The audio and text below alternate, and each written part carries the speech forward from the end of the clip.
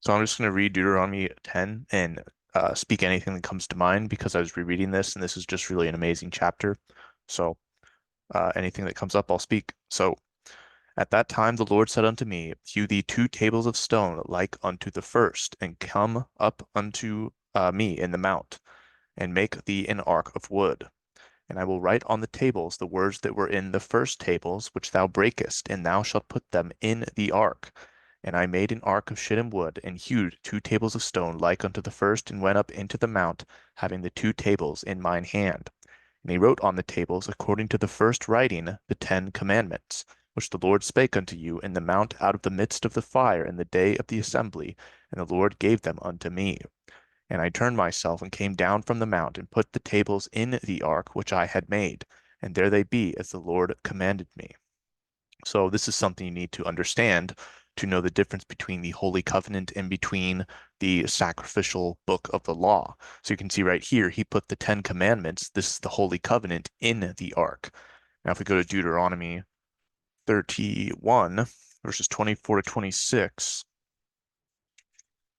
and it came to pass when Moses had made an end of writing the words of this law in a book until they were finished, that Moses commanded the Levites which bear the ark of the covenant of the Lord, saying, Take this book of the law, and put it in the side of the ark of the covenant of the Lord your God, that it may be there for a witness against thee.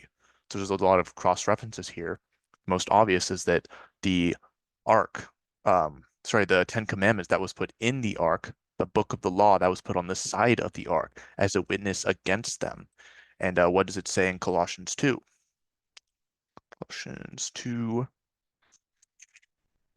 blotting out the handwriting of the ordinances that was against us, which was contrary to us, and took it out of the way, nailing it to his cross. So that was talking about the book of the law, not the 10 Commandments, the Holy Covenant that was written with the finger of God.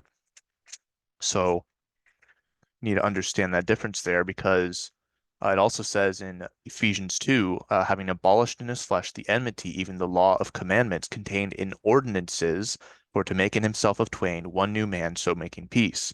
So the law of commandments contained in ordinances, that's talking about the book of the law, not the 10 Commandments, which was written with the finger of God. As you can see in Exodus 31, it says, and he gave unto Moses, when he had made an end of communing with him upon Mount Sinai, 2 tables of testimony, tables of stone written with the finger of God.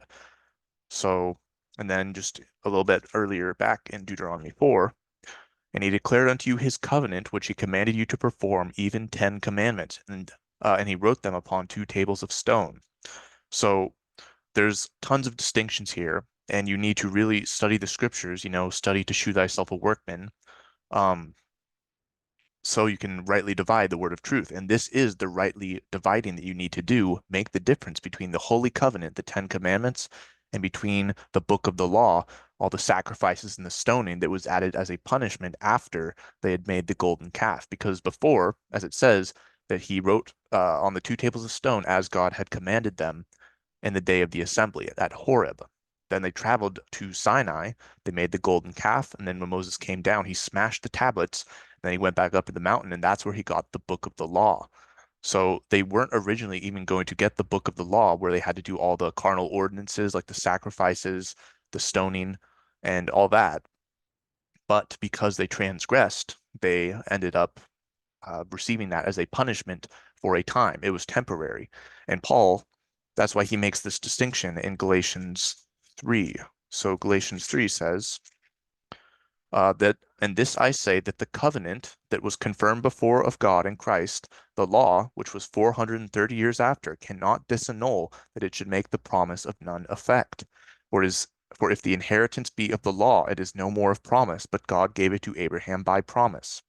Wherefore then serveth the law, it was added because of transgressions, till the seed should come to whom the promise was made, and it was ordained by angels in the hand of a mediator. So he's making this difference between the law and the covenant. The law, don't worry about that anymore, but you do need to keep the holy covenant. So he's referring to the one with Abraham, but if you read Psalm 105, and I might as well read it. So Psalm 105, um, verses 8 to 10, I believe. Psalmist Big Book. Psalm 105. So it says, He hath remembered his covenant forever, the word which he commanded to 1,000 generations, which covenant he made with Abraham, and his oath unto Isaac, and confirmed the same unto Jacob for a law, and to Israel for an everlasting covenant. So what is that covenant? It's the Ten Commandments, the one mentioned in Deuteronomy 4, verse 13. So Paul's making this distinction between the covenant of Abraham, which became the Ten Commandments for Israel. So it is the same thing. He's making that distinction between that and the law, the book of the law, the sacrifice and the stoning that came after. That's why it says Hosea 6. For I desired mercy and not sacrifice, and the knowledge of God more than burnt offerings. But they, like men, have transgressed the covenant. There have they dealt treacherously against me. So he desired mercy and not sacrifice, but because they transgressed, he had to give them that as a punishment. But he didn't want to do that. And we'll keep seeing that. I mean, you see that all throughout the Bible. Like there's so many distinctions I could go into. Jeremiah 7, Ezekiel 20, you can see it. But I'm just going to keep going in Deuteronomy 10 now. Kind of went on a bit of a rant between law and covenant, but it's an important distinction you need to know because we're not under the law anymore, but we are supposed to still keep the Ten Commandments, which is the covenant of promise, one of them at least. There's also the rainbow covenant, that is to eat clean. So make sure you're keeping the Sabbath day too. We still are under the Ten Commandments. That is the everlasting covenant. So let's see. I think it was in verse 6. And the children of Israel took their journey from Beeroth of the children of Jacon to Mosera. There Aaron died, and there was he buried, and Eleazar his son ministered in the priest's office in his stead. From thence they journeyed unto Gudgodah, and from Gudgodah to Jotbath, a land of rivers of waters. At that time the Lord separated the tribe of Levi to bear the ark of the covenant of the Lord, to stand before the Lord, to minister unto him, and to bless in his name unto this day. That reminds me, another example. It tells you later in this chapter to circumcise the foreskin of your heart. That's actually a reference to how the book of the law is on the outside of the Ark of the Covenant, and the Ten Commandments are put in the inside. So you want to circumcise, get rid of that sacrificial law, and focus on the Ten Commandments and circumcise the foreskin of your heart so you can only keep that mercy, which is the Holy Covenant. So the Ark of the Covenant is really like a reference to the what we're supposed to be doing. So, wherefore Levi hath no part nor inheritance with his brethren. The Lord is his inheritance, according as the Lord thy God promised him. And I stayed in the mount according to the first time 40 days and 40 nights. And the Lord hearkened unto me at that time also, and the Lord would not destroy thee. And the Lord said unto me, Arise, take thy journey before the people, that they may go in and possess the land which I swear unto their fathers to give unto them. And now, Israel, and this is what I'm going to name the video after. What doth the Lord require? Or sorry, what doth the Lord thy God require of thee, but to fear the Lord thy God, to walk in all his ways, and to love him, and to serve the Lord thy God with all thy heart and with all thy soul, to keep the commandments of the Lord and his statutes, which I command thee this day for thy good. So that's what he requires of us. Some people seem to think that we need all this, this great worship, all this great big grand sacrifice. We need to make a bunch of art for him. But no, what he wants us to do, how he wants us to worship him, what he requires is to keep his commandments. It's that simple. And all the people that will like criticize you for like saying, oh, how, but your worship, like, where's it at? Well, the worship is keeping his commandments. They're throwing away the Sabbath, for example, which is one of the best forms of worship you can give to God because it honors his creation of earth in 6 days and his rest on the seventh.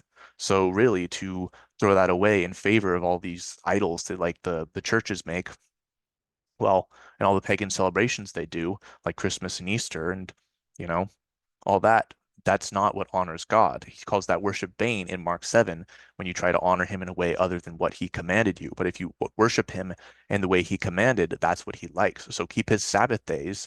Do not try to go off and do your own man-made traditions because that worship is vain. This worship is true. That's worshiping in spirit and in truth. So behold, the heaven and the heaven of heavens is the Lord's thy God, the earth also with all that therein is. Only the Lord had a delight in thy fathers to love them, and he chose their seed after them, even you, above all people, as it is this day. Circumcise therefore the foreskin of your heart, and be no more stiff-necked. For the Lord your God is a God of gods, and a Lord of lords, a great God, a mighty and a terrible, which regardeth not persons, nor taketh reward. He doth execute the judgment of the fatherless and widow, and loveth the stranger in giving him food and raiment. Love ye therefore the stranger, for ye were strangers in the land of Egypt. Thou shalt fear the Lord thy God. Him shalt thou serve, and to him shalt thou cleave, and swear by his name. He is thy praise, and he is thy God, that hath done for thee these great and terrible things which thine eyes have seen. Thy fathers went down into Egypt with 60 and 10 persons, and now the Lord thy God hath made thee as the stars of heaven for multitude. So I think that last section, especially like verses 12 to 22, that's amazing. I think that's like I love the word of God because of how it is in like sections like that. Like he really doesn't desire a lot from us. He just wants us to obey him and fear him, walk humbly with him, love him, and they throw that away in the church because they want to make up their own ways. They don't actually try to make God the center of their life. They try to find some other thing and just kind of put him as the background, something you go to every Sunday or whatever. But no, you're supposed to honor him every Sabbath day, first of all, and you're supposed to really be thinking about him all the time, like always constantly thinking like, and what I'm doing pleasing the Lord? And a lot of what they're doing in the churches is not. So I don't know. I just love that chapter. Make sure you understand the distinction between the law and the holy covenants, and make sure you are actually keeping the Ten Commandments. Like people will, whine and moan about like, oh, we're not under the law anymore, but they don't understand the distinction. Like at the very least, everyone should understand that you need to keep the Ten Commandments, and they don't even do that because they break it with all their idolatry, their pagan celebrations. They're not even keeping the Sabbath day. So make sure you're doing all that. And Deuteronomy, that's a really good read. I honestly think everyone in the entire Christian church needs to read it. Again, assuming they even have in the first place. But Deuteronomy is an amazing book. Really, just go read all of it and keep the Ten Commandments. And that's really what the message is of a lot of it. So